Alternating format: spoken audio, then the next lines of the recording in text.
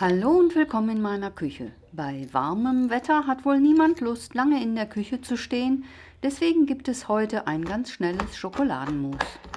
Qualitativ hochwertige Schokolade mit einem Kakaoanteil von 70% wird in kleine Stücke geschnitten.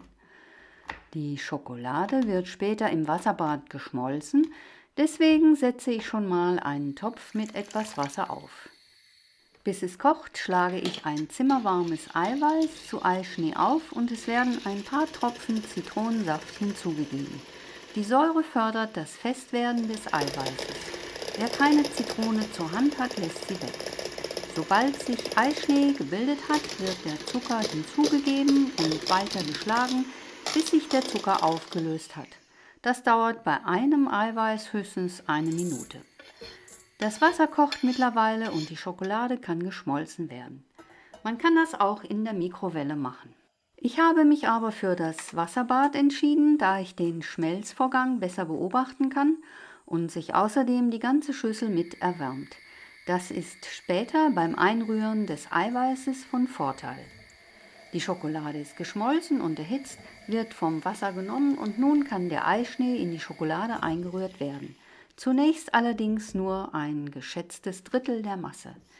Das Eiweiß ist ja erheblich kühler als die Schokolade und die komplette Menge Eiweiß würde die geschmolzene Schokolade zu sehr abkühlen und damit fest werden lassen. Also ein Drittel, dann der Rest. Das erste Drittel des Eischnees wird beim Unterrühren ziemlich zerfallen und verliert zum größten Teil seine luftige Konsistenz. Das macht nichts. Beim zweiten Teil muss man beim Unterheben allerdings vorsichtiger sein und sollte die schaumige Struktur des Eischnees nicht zerstören, indem man den Eischnee niederdrückt. Immer schön vom Rand her ins Zentrum der Schüssel arbeiten und dabei vor allem die sich am Boden absetzende Schokolade aufnehmen und ins Eischnee befördern. Dass die Schüssel noch warm ist, hilft die Schokolade weich zu halten und zu verteilen. Und wenn sich noch ein paar Schokoschlieren im Mousse finden sollten, ist das nicht schlimm. Im Gegenteil, daran kann man erkennen, dass es selbstgemacht ist. Das war es auch schon. Das Schokomousse kann im Ganzen in eine Schüssel gegeben oder in kleinen Portionen abgefüllt werden.